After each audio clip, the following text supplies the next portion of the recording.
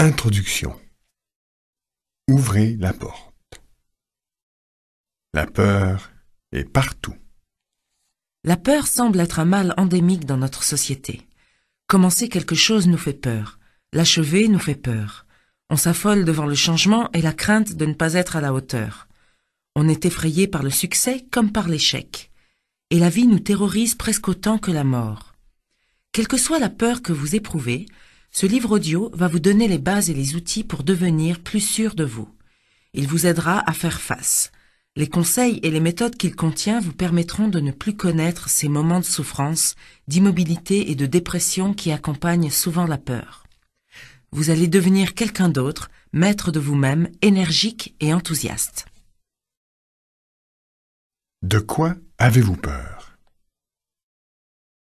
Le premier niveau de la peur. Il concerne les appréhensions que tout le monde est susceptible de ressentir devant une situation rencontrée dans la vie, qu'elle soit naturelle ou accidentelle, ou devant un acte et une décision difficile à poser. Réparties selon ces deux catégories, situation rencontrée dans la vie et action à entreprendre, voici quelques exemples de ces peurs les plus fréquentes. Situation rencontrée dans la vie. La vieillesse, l'infirmité, la retraite, la solitude, le départ des enfants, les soucis d'argent, le changement, la mort, la maladie, la perte d'un être cher, l'accident. Action à entreprendre. Reprendre des études, prendre une décision, changer de métier, se faire de nouveaux amis, s'engager dans une relation amoureuse, mettre fin à une relation amoureuse, téléphoner, s'affirmer en société, décider de suivre un régime, subir un entretien d'embauche, conduire, parler en public. Comme vous pouvez l'imaginer, cette liste n'a rien d'exhaustif. Je suis persuadée que vous êtes capable de l'allonger à l'infini. Rassurez-vous et constatez que vous n'êtes pas seul à éprouver certaines des angoisses évoquées, voire de connaître la plupart d'entre elles. Le deuxième niveau de la peur. Les peurs que j'appellerais du deuxième niveau diffèrent des précédentes en ce sens qu'elles ne dépendent pas d'une situation extérieure donnée. Elles sont l'expression de votre moi profond et de votre difficulté à faire face à l'adversité. Schématiquement, on pourrait dire qu'elles intéressent l'ego. Voici quelques exemples pour clarifier les choses.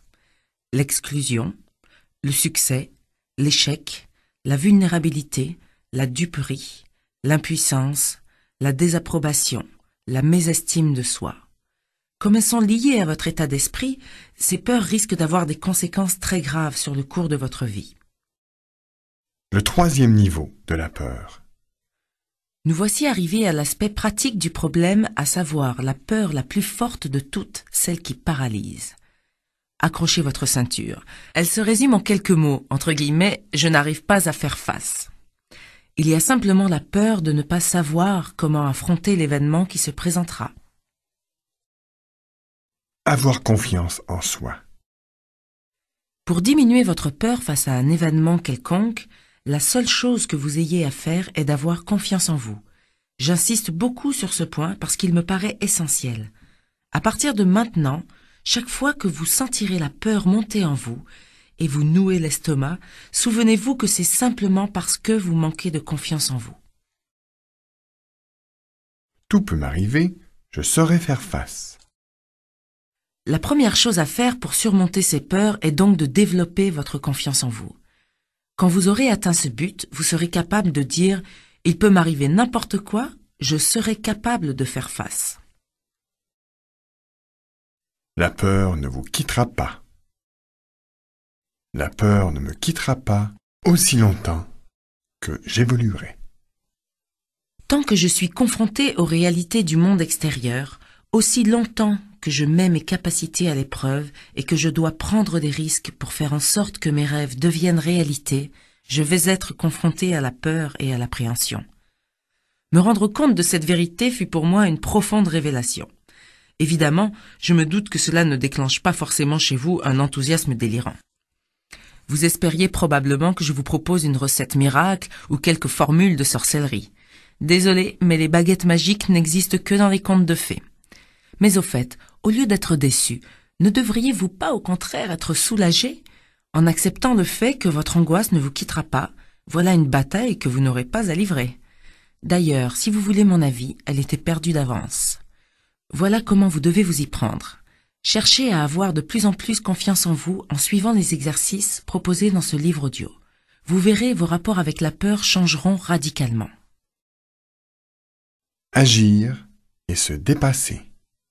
Peu de temps après avoir compris que ma peur ne me quitterait jamais, j'ai fait une autre découverte qui a contribué pour beaucoup à mon épanouissement personnel. J'ai compris que la seule façon de vaincre sa peur est de passer à l'action et de prendre une décision qui engage. Vous l'avez vous-même probablement remarqué. L'angoisse liée à certaines situations s'évanouit quand vous vous jetez à l'eau. C'est par exemple le cas des acteurs tous morts de trac avant que le rideau se lève et dont le stress disparaît à l'instant même où ils entrent en scène. Avoir une bonne estime de soi. L'amour-propre est un élément non négligeable. Autour de vous, vous avez sans doute souvent entendu des réflexions du type « Quand je me sentirai mieux, alors je me déciderai à faire telle ou telle chose ».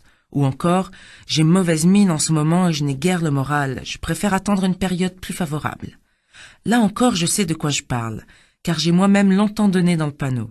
Je me suis souvent dit que si je pouvais avoir une bonne image de moi-même, mes angoisses s'évanouiraient comme par enchantement. Alors, je me déciderais à agir. Le hic, c'est que je ne voyais pas très bien comment faire pour avoir une meilleure estime de moi. Se sentir mieux. Agissez et lancez-vous dans l'aventure. C'est seulement après que vous vous sentirez mieux dans votre peau. En provoquant un événement, vous faites coup double. D'une part, vous éloignez la peur qui vous paralysait, mais vous obtenez une chose sans doute plus précieuse encore, vous gagnez en assurance. Après avoir surmonté une épreuve et vous être libéré de votre peur, vous vous sentirez bien. Un mal partagé par tous. Vous n'êtes pas seul à faire l'expérience de la peur en pénétrant en territoire inconnu. C'est la même chose pour tout le monde. Chacun éprouve ce genre de sentiment. Un duel avec la peur. Tous ceux qui ont gagné leur bataille contre la peur ont compris, plus ou moins consciemment, le message. Il faut accepter sa peur, la surmonter et agir malgré tout. L'un de mes amis, un brillant self-made man, auquel tout réussit, est un jour tombé par hasard sur l'intitulé de mon cours.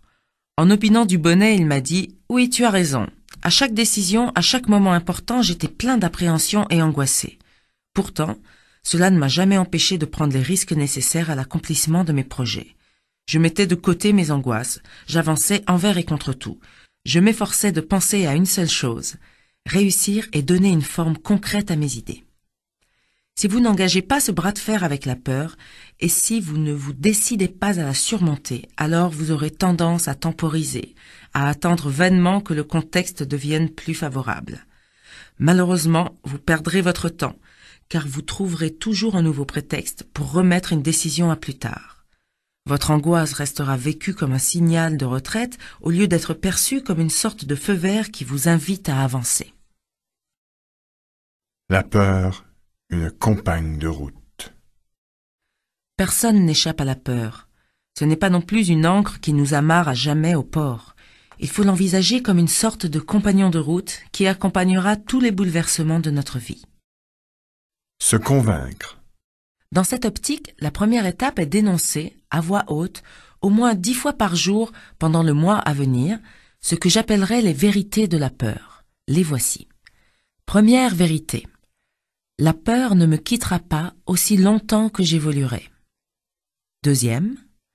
La seule façon de vaincre ma peur est de passer à l'action et de prendre une décision qui m'engage. Troisième. En agissant et en me dépassant, je me sens mieux et plus sûr de moi. Quatrième. Je ne suis pas seul à faire l'expérience de la peur lorsque je pénètre en territoire inconnu. Tout le monde ressent la même chose. Cinquième. Surmonter l'appréhension d'agir engendre moins d'angoisse que de vivre constamment avec la peur souterraine créée par un sentiment d'impuissance et d'insatisfaction. De la souffrance au pouvoir. Dans le chapitre précédent, vous avez vu que chacun d'entre nous a peur à l'approche d'un changement. Pourtant, certains parviennent à surmonter leur angoisse et à franchir le pas malgré tout. Pourquoi pas vous ? Que le pouvoir soit avec vous. Le vrai problème, manifestement, n'est donc pas la peur en elle-même, mais la façon dont on la vit et les effets qu'elle produit. En gros, les phénomènes induits se résument de deux manières. Chez un premier groupe d'individus, les angoisses sont tout à fait irrationnelles. Elles ont pour origine un problème de pouvoir, choix, énergie et action. Chez les seconds, la peur crée une sorte de paralysie qui les empêche d'agir. Elle a pour origine un état de souffrance, faiblesse, dépression et paralysie. Je m'explique sur cette notion de pouvoir qui risque d'être mal comprise. Le sens que je donne au mot pouvoir est très différent. Je veux parler en effet du pouvoir que vous avez sur vous-même, du contrôle de votre perception du monde extérieur et de votre comportement devant les aléas de la vie. De ce pouvoir que vous avez sur vous-même dépend votre épanouissement, votre aptitude au bonheur, votre capacité d'agir, mais aussi d'aimer les autres. Ce que j'appelle le pouvoir est le reflet d'une bonne image de soi, rien d'autre. En aucun cas une quelconque forme d'égocentrisme. Au contraire, en dépit de leur besoin irrésistible de tout centrer sur eux-mêmes, les personnes égoïstes et narcissiques sont dépourvues de pouvoir. Ce manque les maintient dans un état permanent d'angoisse, car leur identité et leur existence véritable dépendent du monde extérieur. Le pouvoir dont je veux parler est libérateur. C'est une sorte de maîtrise de soi qui élimine l'attente stérile et passive que le monde comble vos désirs à votre place. C'est un jeu intérieur. Il s'agit d'obtenir de vous-même ce que vous voulez faire vous-même. Tant que vous n'aurez pas cette force et cette volonté en vous, vous ne serez jamais vraiment en paix. Vous resterez dans une situation d'extrême vulnérabilité. À l'intention des femmes. Par expérience, j'ai souvent constaté que les femmes étaient plus facilement déroutées que les hommes par ce concept de pouvoir. Les raisons en sont culturelles. Les premiers ont été conditionnés à considérer le pouvoir comme une chose positive, tandis que les secondes, soumises par leur éducation et à une certaine idée de la féminité, l'envisagent de manière plus volontiers négative. Sauf pour quelques irréductibles machos, une femme sûre d'elle-même, qui contrôle parfaitement ses choix et le cours de sa vie, exerce une attraction magnétique. Elle est débordante d'énergie, spirituelle et positive. Tout le monde recherche sa compagnie. Aplanir le chemin.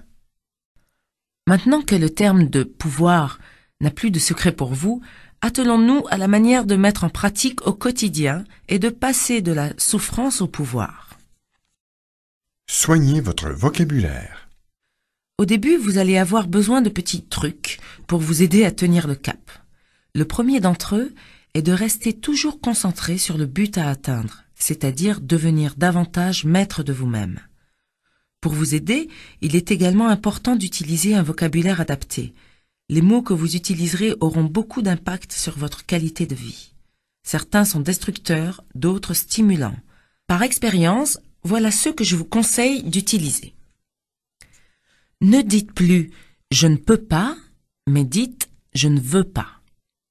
Ne dites plus « je devrais », mais dites « je pourrais ». Ne dites plus « ce n'est pas ma faute », mais dites « je suis entièrement responsable ». Ne dites plus « c'est un problème », dites plutôt « c'est une chance ». Ne dites plus « j'espère », mais plutôt « je sais ». Ne dites plus « si seulement », mais dites « la prochaine fois ». Ne dites plus « que vais-je faire », mais dites « je vais assumer ». Ne dites plus « c'est affreux », mais dites « c'est une bonne leçon ». Ne dites plus « je ne suis jamais satisfait », mais dites « j'ai envie d'apprendre ». Ne dites plus « la vie est un combat », mais dites « la vie est une aventure ». Mieux vous situer dans le monde. En éliminant de votre langage les « c'est affreux », les « je ne peux pas » et autres « si seulement », vous allez faire d'une pierre deux coups. Vous aurez une autre image de vous-même et vous transformerez la façon dont les autres vous voient. Ces différences sémantiques peuvent vous paraître insignifiantes, mais je vous assure que c'est loin d'être le cas. En utilisant les formulations positives et actives que je vous ai proposées, vous allez vous donner une force intérieure qui irradiera sur votre entourage. Vous ne paraîtrez plus faible, mais fort et entreprenant. Vous ne donnerez plus l'impression de subir les événements, mais de les dominer. Dépassez vos limites. Tout en surveillant votre manière de parler, commencez aussi à améliorer la maîtrise du cours de votre vie en élargissant ce que j'appellerais votre zone de confort.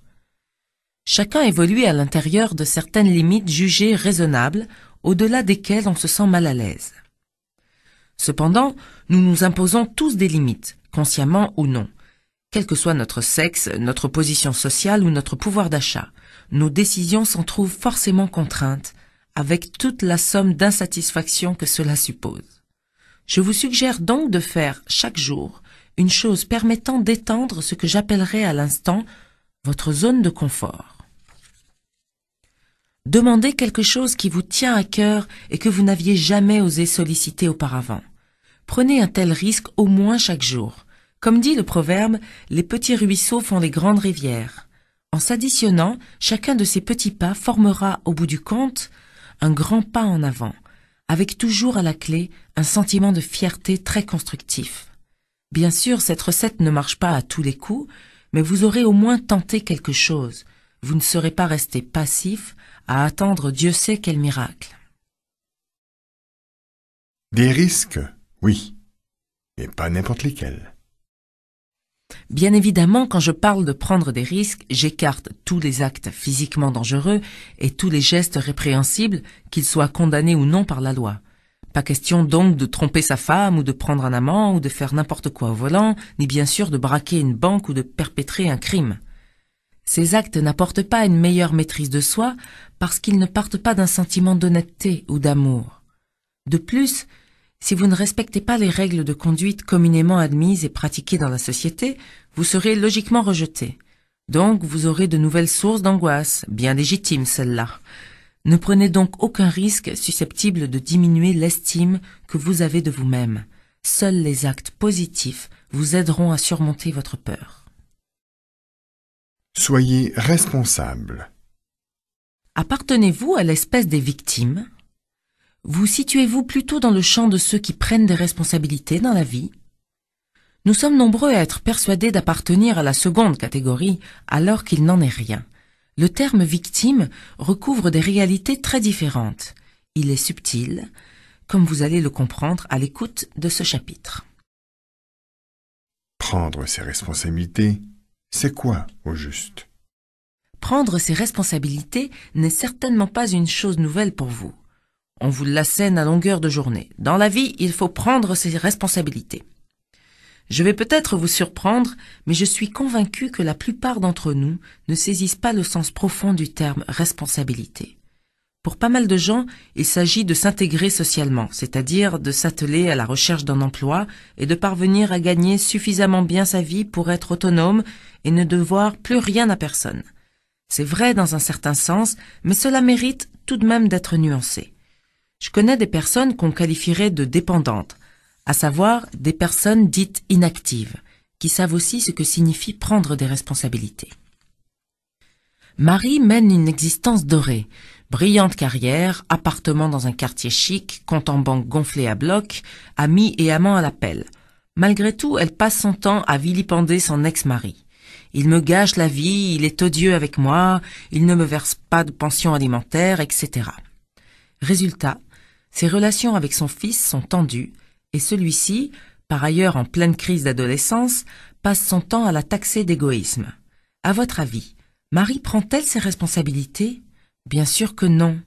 Je pourrais ainsi multiplier les exemples de personnes qui passent leur temps à se plaindre pêle-mêle de leur ex-mari ou de leur ex-femme, de leur supérieur hiérarchique, de leurs déboires amoureux, de leur état de célibataire, etc. De même, ces couples qui ne cessent de geindre sur leurs enfants, leurs difficultés financières ou leurs problèmes de vie à deux. Là encore, sont-ce des gens responsables ? Pas le moins du monde. Dans une certaine mesure, chacun joue son rôle de victime à la perfection.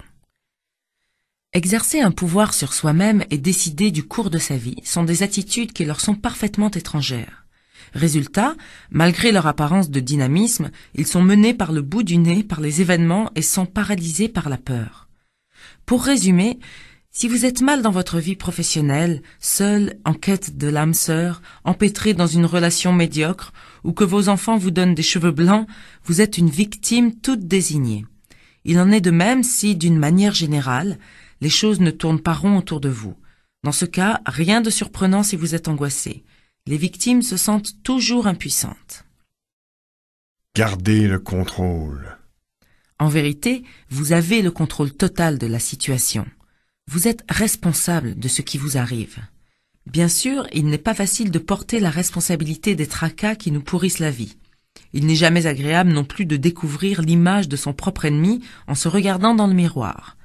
Là encore, il va falloir positiver et vous dire que cette prise de conscience est au contraire une véritable bénédiction. Si vous comprenez que vous êtes responsable de vos propres déboires, alors il vous deviendra facile d'imaginer qu'il est possible, inversement, de vous offrir des satisfactions. 7 façons de devenir maître de soi. Première, évitez de rendre le monde extérieur responsable de vos déboires et de vos démêlés avec la vie. Vous seul pouvez exercer un contrôle sur vos pensées et sur vos actes. Rien ni personne ne peut le faire à votre place. Deuxième, ne vous faites pas de reproches si vous ne vous sentez pas complètement maître de vous. Vous faites de votre mieux et il vous faut du temps pour acquérir cette maîtrise. Troisième, soyez conscient des moyens et des situations où vous endossez le rôle de victime. Apprenez à reconnaître les signes montrant que vous n'êtes coupable de rien, ni de ce que vous êtes, ni de ce que vous faites, ou de ce que vous ressentez. Quatrième, apprivoisez votre pire ennemi, cette voix intérieure qui vous prédit toujours le pire. Utilisez les exercices proposés dans ce livre audio pour la transformer en une voix encourageante. Cinquième, cherchez les contreparties qui vous empêchent d'agir. Une fois que vous les aurez trouvées, vous serez probablement à même de passer à l'action. Sixième, déterminez clairement ce que vous voulez dans la vie et agissez dans cette voie. Cessez d'attendre que les choses tombent du ciel. Vous risqueriez d'attendre longtemps. Septième, soyez conscient de l'infinité des choix qui s'offrent à vous dans n'importe quel domaine, qu'il s'agisse d'actions à entreprendre ou de sentiments. Empruntez le chemin qui vous fera sentir le mieux dans votre peau, en paix avec vous-même et avec vos proches. Positiver. Pensez positivement. La pensée positive est un concept difficile à faire comprendre et à faire accepter. Quand j'expose mes idées à ce sujet au cours de mes ateliers de travail, mes élèves se rebiffent immédiatement et me disent tous « ce n'est pas réaliste ». Quand je leur demande en quoi la pensée négative serait plus réaliste, ils restent bouche bée. Pour eux, comme pour la plupart d'entre nous, c'est ainsi depuis que le monde est monde. Ce qui est négatif est la réalité et ce qui est positif est illusoire. Laissez de côté un instant vos a priori et réfléchissez un peu. Par expérience, on sait qu'environ 90% de nos craintes se révèlent sans fondement. La plupart des catastrophes qu'on prévoyait ne surviennent heureusement jamais. On a peur de tout, alors que les choses se passent bien la plupart du temps. En réalité, on ne tombe sur un vrai problème que dans 10% des cas, et encore. Alors, pourquoi ne pas admettre que voir le côté positif des choses est plus réaliste que l'inverse? Pourquoi vous morfondre dans l'inquiétude alors que vous n'avez aucune raison objective de le faire? Si vous y réfléchissez, la vraie question n'est en fait pas de savoir ce qui est plus réaliste ou irréaliste, mais plutôt pourquoi prendre un malin plaisir à broyer du noir alors qu'on pourrait être heureux? Si faire preuve d'optimisme et d'une certaine candeur rend la vie plus belle, si une manière positive de voir la vie rejaillit sur son entourage, pourquoi hésiter une seule seconde? Pratiquez la pensée positive. La pensée positive n'est pas un concept nouveau. Vous vous demandez peut-être pourquoi les gens ne pensent pas d'une manière plus positive. À mon humble avis, c'est tout simplement parce qu'ils ne savent pas comment s'y prendre. Penser positivement exige un engagement profond, une attention de tous les instants et une pratique quotidienne. Et quand bien même on touche au but, il faut s'accrocher pour ne pas risquer de retomber dans l'ornière de la négativité. La tentation de voir le pire, en effet, reste tapie dans un coin sombre de notre cerveau. Personnellement, je ne connais personne qui se soit mis du jour au lendemain à adopter la pensée positive. Et je n'ai jamais rencontré non plus l'un de ces adeptes qui ne continue pas à s'exercer régulièrement. Je vous le dis par expérience, la pensée positive, c'est comme de conduire une voiture. Si vous ne prenez jamais le volant, vous perdez vos réflexes et vous devenez un danger public, pour les autres comme pour vous-même. Comment faire? En gros, et sans vouloir vous offusquer, vous êtes polarisé négativement. Comment faire pour évacuer ces abominables idées noires qui vous empoisonnent la vie et vous empêchent d'être maître de votre destin? Rassurez-vous, c'est très simple. Avant de vous suggérer un plan d'action, voici la liste de 5 outils indispensables qui rendront votre petit travail quotidien à la fois plus efficace et surtout plus agréable. Des CD et des cassettes d'autosuggestion. L'idéal serait de les acheter toutes faites, en cassette ou en version CD, dans une librairie spécialisée en psychologie ou en surfant sur le net. Si vous ne trouvez rien, préparez vous-même vos cassettes en enregistrant des messages positifs que vous répétez plusieurs fois d'une voix posée et assurée, en articulant bien chaque mot. Quelques exemples de messages positifs. Le courage s'accroît dans l'action, la peur dans le doute. Être heureux, c'est devenir meilleur. Ce que je fais est le reflet de ce que je suis. Je marche vers la lumière en laissant les ombres derrière moi. Et toute autre phrase forte et positive qui vous tient à cœur. Attention, comme c'est le cas pour les affirmations, utilisez toujours le présent et jamais de forme négative. Des livres traitant de l'autosuggestion. Le livre est un médium extraordinaire, toujours disponible et d'une précieuse présence physique. Des CD de musique douce et de relaxation. Des citations positives. Choisissez celles qui vous tiennent tout particulièrement à cœur ou des phrases optimistes tirées de romans que vous avez aimés. Des affirmations. Une affirmation est une déclaration positive annonçant qu'une chose va se produire. Pas demain ou dans un mois, mais à l'instant présent, ici et maintenant. Voici quelques exemples, un petit échantillon pour commencer. J'en ai terminé avec mes anciens mécanismes de pensée et je donne un nouveau tournant à ma vie. Je maîtrise toutes mes angoisses. Je suis comblé par la vie. Éliminez le négatif qui sommeille en vous. Qu'allez-vous faire maintenant de ces outils? Tout simplement relever le défi, celui de parvenir à évacuer votre négativité, pierre angulaire du programme que vous vous êtes fixé. La voix intérieure qui vous chuchote les pires éventualités à longueur de journée ne va pas se laisser faire, vous êtes prévenu. Tous les jours et au moindre signe de faiblesse de votre part, elle cherchera à reprendre le dessus. Quand vous aurez réussi à l'apprivoiser, vous aurez gagné un point essentiel. À ce stade, penser de manière positive deviendra plus naturel et même automatique, de sorte qu'un petit pense-bête vous suffira pour rester vigilant. Mais dans les premiers temps, il va y avoir du sport. Petite précision pour finir. La pensée positive présente toutefois un risque qu'il est important de préciser.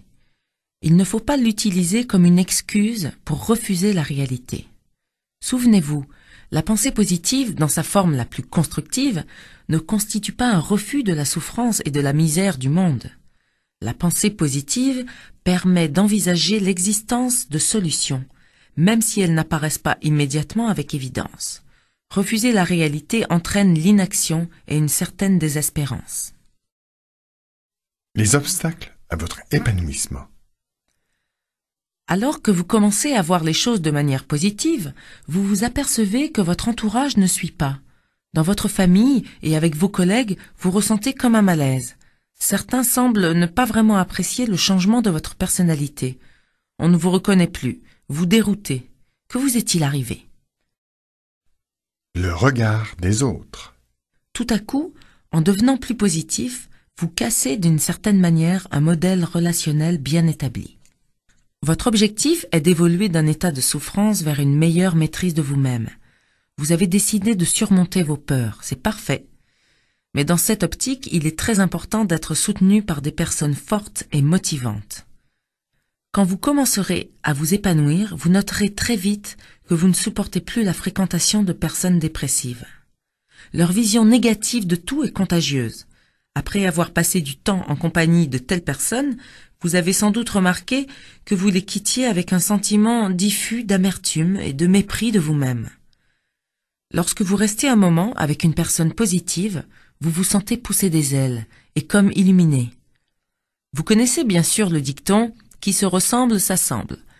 Au fur et à mesure que vous adopterez une attitude positive, vous serez attiré par d'autres genres de personnes et vous leur plairez. Trouvez des guides. Vous allez en effet chercher à vous entourer de gens qui vous serviront d'appui, des personnes qui vous feront sentir à quel point vous êtes devenu quelqu'un de formidable. Le partenaire qui résiste. C'est fait. Vous avez mis de l'ordre dans votre cercle d'amis, mais vous vous posez une angoissante question. Que dois-je faire si, dans mon entourage, la personne la plus décourageante est justement celle avec qui je partage ma vie? Il s'agit là d'un problème épineux à prendre avec des pincettes. Plus que tout autre, en effet, c'est généralement le conjoint qui est tenté d'opposer la résistance la plus vive à l'épanouissement de son partenaire. Il lui faudra certainement un peu de temps avant de réaliser qu'il y a au contraire tout à y gagner. Le risque de la cassure.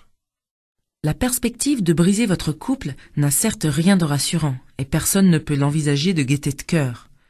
Dans un couple cependant, quand l'un refuse obstinément à l'autre la liberté de s'épanouir, une décision drastique s'impose, se séparer. Je ne connais personne qui ait regretté de briser une relation inéquitable et préféré se morfondre toute sa vie. Ayez confiance en l'autre. Je sais que les relations de couple sont une chose sérieuse.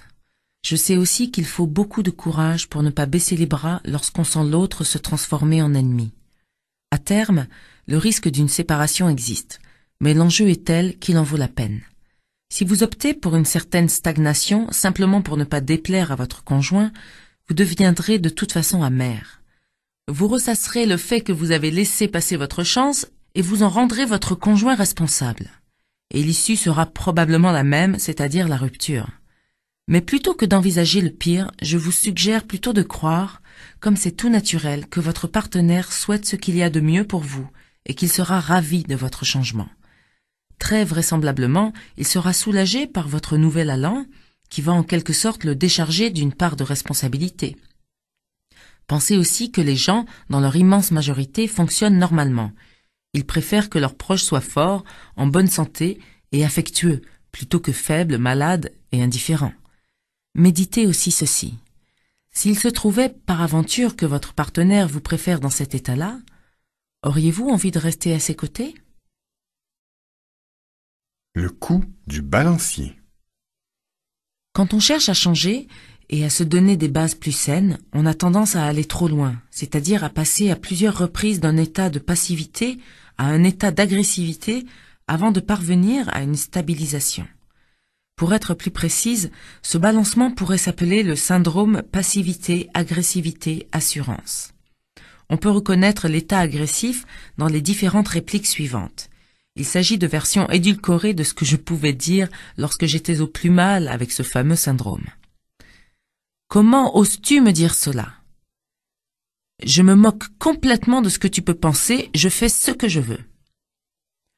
Je n'ai pas besoin de toi, je n'ai jamais eu besoin de toi et du reste. Tu m'accuses d'être égoïste? Tu t'es regardé?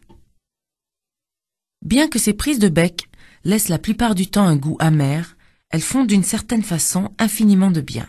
En effet, elles constituent autant de signes tangibles du changement de votre personnalité. Le seul problème, c'est que vous manquez de confiance en vous, et que vos réactions sont par conséquent excessives.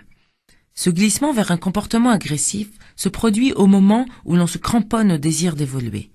Comme on est tenaillé par la peur de régresser, plutôt être odieux que de revenir vers un état passif. Restez lucide. Là encore, prendre conscience des choses ouvre les portes. Que votre évolution et vos prises de risques puissent se heurter à la résistance de votre entourage, c'est un fait dont il faut tenir compte. Quand on se met à faire des remous et à bouleverser l'ordre du monde, il se trouve nécessairement quelqu'un pour vous dire de vous tenir tranquille. N'en soyez ni offensé, ni surpris, ni fier. La personne qui réagit ainsi cherche à se protéger. La plupart du temps, elle ne se rend pas compte de ce qu'elle fait. Dans son esprit, les reproches et les critiques qu'elle vous adresse sont parfaitement justifiés. Elle le fait pour votre bien. Il est essentiel de garder cela à l'esprit pour rester lucide. L'extrême. La mise entre parenthèses. Si votre famille, malgré vos efforts, persiste dans son attitude destructrice, il est alors préférable de mettre un peu de distance dans vos relations. Laissez du temps au temps et attendez d'être en mesure de réagir de manière adulte. Pour conclure, retenez bien, c'est très important que vous devez être votre meilleur ami. Quoi que vous ayez décidé de faire, ne vous sabordez pas. Quel chemin prendre pour grandir? Telle est la vraie bonne question. Faites aussi preuve d'optimisme. Pensez à l'heureuse surprise d'être compris et soutenu par ceux que vous aimez. Si vous vous heurtez à une quelconque incompréhension, envisagez également les choses de façon positive. Vos forces toutes neuves vous permettront de transformer ces relations et de tisser des liens sur des bases plus harmonieuses. le choix gagnant. La peur de prendre des décisions compte parmi les épreuves les plus paralysantes. Comme le disait l'un de mes élèves en se plaignant, parfois on se sent comme l'âne entre deux bottes de foin, incapable de choisir celle qu'il va manger et il meurt de faim. L'ironie de la chose, bien entendu, c'est qu'en n'arrivant pas à se déterminer, l'âne fait aussi un choix, celui de mourir. En fait, on décide soi-même de se priver de ce qui serait profitable et agréable. Le modèle perdant. Le problème tient dans le fait simple qu'on nous a toujours sérinés. Sois prudent, tu pourrais faire un mauvais choix. Un mauvais choix? Ces simples mots ont le don de nous terrifier. En faisant le mauvais choix, on a peur de perdre amis, amour, argent, statut social ou toute autre chose qui est censée nous apporter le bon choix. La simple perspective de faire des erreurs déclenche en nous fébrilité, panique, voire paralysie totale. De ce besoin de perfection et de contrôle de l'issue des événements provient notre peur du changement et des nouveaux défis à relever. Quels que soient vos choix ou vos actions, vous n'avez littéralement rien à perdre, mais au contraire tout à gagner. Il faut changer d'état d'esprit, transformer votre manière de penser, de façon à rendre impossible une erreur ou un mauvais choix. Supposons que vous ayez une décision à prendre. Si vous êtes comme le commun des mortels, vous êtes conditionné selon le modèle perdant. Vous êtes angoissé devant le choix à faire. Vous pensez aux conséquences en termes d'irréversibilité. À la vie, à la mort. Et si je choisis la première solution, que se passera-t-il? Et si les choses ne se passent pas comme prévu? Et si? Ces deux petits mots, et si, reviennent toujours. Ils sont formulés par votre infernale voix intérieure. Vous essayez de prédire l'avenir. En vous livrant à ce petit jeu, reconnaissez que vous êtes en train de vous rendre fou. Une fois la décision prise, le modèle perdant vous contraint à reconsidérer sans cesse les choses. Vous espérez ne pas avoir commis d'erreur, mais vous en êtes presque persuadé. Le modèle gagnant. Il existe une autre manière de se comporter, le modèle gagnant. Quels sont ses avantages, me demanderez-vous? Il s'agit pêle-mêle de pouvoir envisager les choses sous un autre angle, d'apprendre et d'évoluer, de découvrir qui on est, qui on veut être ou ce qu'on attend de la vie. Savoir assumer. Voilà un axiome que vous devriez écrire en lettres d'or. Reconnaître que vous êtes capable de tout assumer est la clé qui vous ouvre la possibilité d'oser prendre des risques. J'ai souvent fait remarquer à mes élèves que les véritables chanceux sont peut-être ceux qui ont été contraints, au cours de leur existence, de faire face à des situations que chacun d'entre nous redoute d'affronter. Perte d'emploi, décès d'un proche, divorce, faillite, maladie, etc. Chaque fois qu'on est confronté à une situation dramatique ou périlleuse, on en ressort plus fort. Rares sont ceux qui, ayant vécu le pire, n'ont pas ressenti une grande fierté de s'en être sortis, en dépit de l'adversité. Ils ont découvert que la sécurité n'est pas de posséder les choses, mais de savoir gérer les situations. Lorsque vous pouvez remplacer tous vos « et si » par autant de « je vais m'en sortir », vous serez capable de tout affronter avec la certitude de réussir. La peur disparaîtra. Restez lucide. Les suggestions suivantes décrivent le processus à suivre au moment de prendre une décision, puis la manière de vous comporter une fois votre choix fixé. Avant la décision. 1. Concentrez-vous immédiatement sur le modèle gagnant. Affirmez « je ne peux pas perdre, peu importe l'issue de ma décision ». Évacuez de votre esprit tout ce qui pourrait évoquer un échec. 2. Passez à la pratique. 3. Déterminez vos priorités.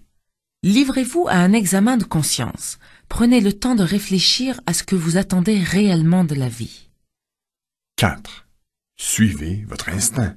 À la suite de ces innombrables discussions, un choix qui vous semble logique semble se dégager.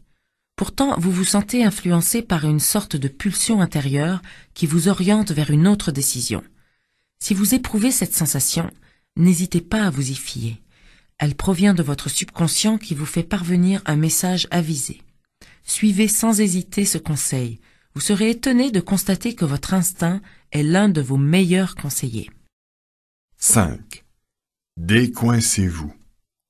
Nous vivons dans un monde où les gens se prennent trop au sérieux. J'ai une grande nouvelle à vous annoncer. Très franchement, rien n'est important. Après la décision. 1. Restez dans le réel. 2.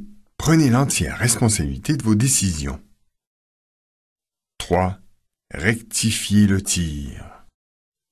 Quand on a pris une décision, il est indispensable de s'engager sérieusement et de tendre au maximum vers ce but. Mais il peut arriver, en dépit de tous vos efforts, que cela ne marche pas. Si c'est le cas, n'hésitez pas à changer votre fusil d'épaule et à rectifier le tir. Quelques exercices. Minimiser vos angoisses devant un choix à faire n'a désormais plus de secret pour vous. Mais concrètement, comment dois-je m'y prendre, me demanderez-vous. Pour vous aider en ce sens, je vous propose plusieurs exercices. 1. Référez-vous au modèle gagnant et pensez aux décisions que vous devez prendre les jours prochains. Par écrit, faites la liste des avantages qu'offre respectivement chacun des choix possibles. 2. Familiarisez-vous avec l'idée selon laquelle rien n'a vraiment d'importance. Commencez par les questions que vous vous posez tous les jours. Comment vais-je m'habiller pour aller travailler? Tel ou tel choix entraînera simplement une expérience différente. Petit à petit, en vous posant des questions aussi futiles, vous serez en mesure d'avoir la même vision des choses quand il s'agit de décisions plus importantes. 3. De la même façon, collez des post-it portant le message suivant. Et alors, je m'en sortirai. 4. Soyez attentif à tous les signaux d'alerte indiquant que vous déviez de votre objectif. Adoptez une nouvelle stratégie qui corrigera la situation. Dites oui. La domestication de votre peur peut se résumer à ces seuls mots. Dites oui à l'univers. C'est simple. Quelles que soient les circonstances, faites oui de la tête, acquiescez, au lieu de faire un signe de refus. Dites oui au lieu de dire non. L'univers. Le terme « univers » fait référence au cours que semble prendre notre vie, malgré nous, malgré toutes les idées que nous avions en tête. C'est une force qui agit mystérieusement et interfère souvent avec nos propres projets. Ainsi, quand on a décidé de s'engager dans une certaine direction, un événement imprévu vient souvent tout bouleverser. C'est presque inévitable. On imagine alors volontiers le pire. C'est là qu'il faut intervenir et dire oui. Dire oui, l'antidote de la peur. Dire oui, c'est accepter ce que la vie nous offre. Dire oui, c'est ne pas chercher à offrir la moindre résistance aux événements, et c'est accepter les nouvelles orientations du cours des choses. Dire oui, enfin, c'est prendre son temps, se décontracter et étudier calmement la situation, en réduisant ainsi son éventuelle anxiété. Inversement, dire non, c'est se poser comme victime. Cela n'arrive qu'à moi. Dire non, c'est se bloquer, lutter et tourner le dos aux opportunités qui se présentent. Dire non engendre nécessairement des tensions. Dire oui, c'est surtout un remède miracle contre nos peurs les plus profondes et les plus irrationnelles. Dire oui aussi à la souffrance. Si on dit toujours oui à l'univers, peut-on se considérer comme étant à l'abri de toute souffrance? En effet, il est impossible d'éviter la souffrance, mais on peut l'accepter si elle doit faire partie de sa vie. Dans ce cas, on ne se met pas en situation de victime. Il faut se convaincre que l'on est capable de gérer sa souffrance, et ne jamais croire que la situation est désespérée, c'est-à-dire garder espoir. Dire oui, ce n'est pas renoncer. Et si on consent à tout, alors on ne peut interférer sur le cours des événements. Le fait de dire oui est déjà en soi une action positive, alors que dire non, c'est renoncer. C'est seulement en état conscient des possibilités de changement qu'on peut agir dans le bon sens. Vous avez parfaitement le droit de dire non à une situation telle qu'elle se présente, tout en acceptant la chance d'évoluer qu'elle vous offre. Si vous estimez qu'une situation est sans espoir, vous baissez les bras et acceptez de vous laisser détruire. Miser sur la force. Dire oui, c'est avancer et agir avec l'intime conviction que tout événement de votre vie peut avoir un sens et un but. C'est donc miser sur la force que vous avez en vous, au lieu de vous laisser aller à la facilité de la faiblesse. Les étapes pour dire oui. Première, être conscient du choix de pouvoir dire oui ou de pouvoir dire non. Deuxième, dire oui. Troisième, se détendre le corps et l'esprit. Quatrième, se demander quelles expériences positives il est possible de tirer d'une situation. Cinquième, être patient et indulgent envers soi-même. Enfin, n'oubliez pas ces deux choses. Dire oui à la vie prend du temps. Il est indispensable de commencer par se dire oui à soi-même. Donner. D'après vous, êtes-vous quelqu'un de généreux? Réfléchissez à cette grave question, car elle mérite réflexion. Pour vous sentir mieux, soyez altruiste. Vous pourriez me demander, qu'y a-t-il de mal à recevoir en retour? Rien, vous répondrai-je. Cependant, si vous donnez dans l'espoir de recevoir, vous vous exposez à vivre dans la peur. En résumé, c'est ce qui se passe lorsque la principale motivation de donner est de recevoir en échange. La véritable générosité n'est pas seulement pur altruisme. Comme j'espère vous l'avoir fait comprendre, elle est aussi la garantie de votre mieux-être. Savoir donner. Apprendre à donner est l'un des plus grands apprentissages de la vie, et cette leçon est une réponse en soi à la peur. Rares sont les personnes qui détiennent vraiment le secret de la maturité et de la générosité. Comme nous faisons attention à notre santé et à notre corps, nous avons aussi appris à nous méfier de ceux qui pourraient nous flouer ou se servir de nous. C'est pourquoi, à moins de recevoir quelque chose en échange, on se sent comme le dindon de la farce. Ceci ne veut pas dire qu'il faut s'interdire de jouir d'un retour des choses. Quand on donne par amour plutôt que par intérêt, on reçoit souvent plus qu'on ne pouvait imaginer. De manière générale, on éprouve de grandes difficultés à faire l'éloge des personnes qui nous sont les plus proches, conjoints, enfants, parents et même amis. Donner son temps. On manque tous de temps, du moins en est-on persuadé. Investi aujourd'hui d'une valeur inestimable, le temps est l'un des cadeaux les plus difficiles à offrir. Il est important de dire merci, de partager ses connaissances, de faire des compliments, de donner de son temps, et pour finir de donner de l'amour.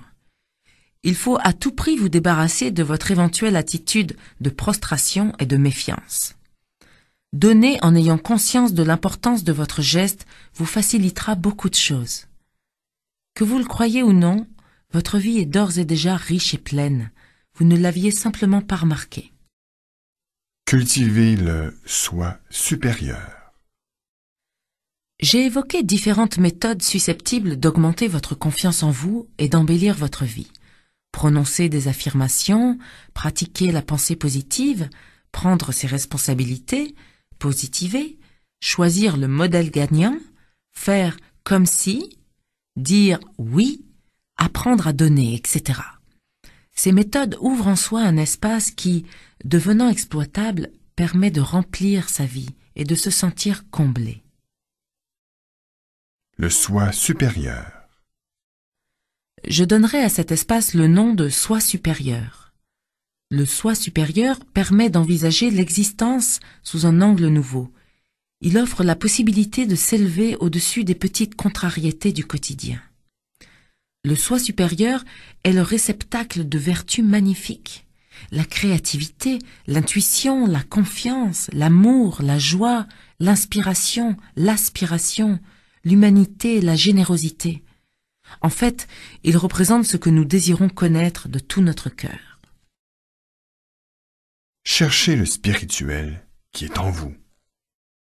Mais je sens qu'une question vous brûle les lèvres. Mais où se cache ce soi supérieur dont vous nous dites monts et merveilles? Chaque être humain est formé de 3 composantes, corps, esprit et âme, qui définissent chacune 3 grands domaines, le physique, l'intellectuel et le spirituel. Notre société moderne ne s'intéresse essentiellement qu'aux 2 premiers. La part spirituelle qui contient le soi supérieur a été, me semble-t-il, oubliée en chemin. Pour aller plus loin, certains d'entre nous n'ont pas même conscience de posséder une part spirituelle en eux. Employé dans un sens psychologique, comme je le fais ici, le mot spirituel est acceptable pour tous, pour les athées comme pour les croyants de toute confession. Quand je parle de spiritualité, je pense au soi supérieur, source d'amour, de bienveillance, d'abondance, de joie et de bien d'autres qualités. Les signaux du subconscient. Si vous écoutez votre voix intérieure, vous vivrez sous le signe de la peur et vous cesserez d'évoluer. Si vous écoutez votre soi supérieur, vous connaîtrez des expériences enthousiasmantes en toute sérénité. Mais comme personne n'est parfait, on a plus ou moins naturellement tendance à écouter cette détestable voix intérieure. Votre travail doit consister à vous tourner plus volontiers vers le soi supérieur. C'est un véritable choix de vie. Laissez-vous aller. Commencez simplement par prêter attention à ces messages venus du subconscient et suivez leurs conseils. Si le signal est « appelle telle personne », faites-le sans hésiter. S'il vous dit « va à tel endroit », allez-y. Le temps devant soi. Patience. En avançant dans la vie, le plus grand piège à éviter est l'impatience. Elle est simplement une façon de se punir soi-même. Elle occasionne un stress, une sensation d'insatisfaction et de la peur. Chaque fois que votre voix intérieure vous dira d'aller plus vite, demandez-lui « qu'est-ce qui presse ?» Les choses se déroulent à merveille. Ne t'inquiète pas. Quand je serai prêt à faire le pas, je le ferai. En attendant, j'observe et j'apprends. Un apprentissage permanent. Chaque fois que nous traversons une épreuve difficile, nous comprenons que nous sommes en présence d'une chose encore inconnue. L'univers nous offre la chance d'apprendre. Si l'on fait face à l'épreuve dans un tel état d'esprit, on ne se pose plus en victime. Il nous est alors permis de dire oui. Quoi qu'il vous arrive, souvenez-vous que c'est toujours parfait. La vie est un apprentissage permanent. Tant que vous en aurez conscience, vous n'éprouverez jamais le sentiment de n'avoir rien fait de votre existence. Joie et souffrance. Tant d'émotions et de merveilles vous attendent.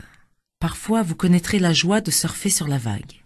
À d'autres moments, vous souffrirez de vous sentir hors course. Souvenez-vous que vous n'êtes pas seul. Chaque fois que la vie vous infligera une blessure, Pensez que le monde est rempli de toutes sortes de choses susceptibles de vous soutenir. Dites oui à la vie. Participez, bougez, agissez, écrivez, engagez-vous, prenez position. Faites tout ce qui vous paraît bien et profitable. Donnez-vous à fond. Pour cette raison, le véritable objectif de la vie est la joie. Mais qu'est-ce que la joie au fond? C'est un sentiment qui exprime l'effervescence de la part spirituelle qui est en chacun de nous. La joie est caractérisée par la légèreté, l'humour, le rire et la gaieté.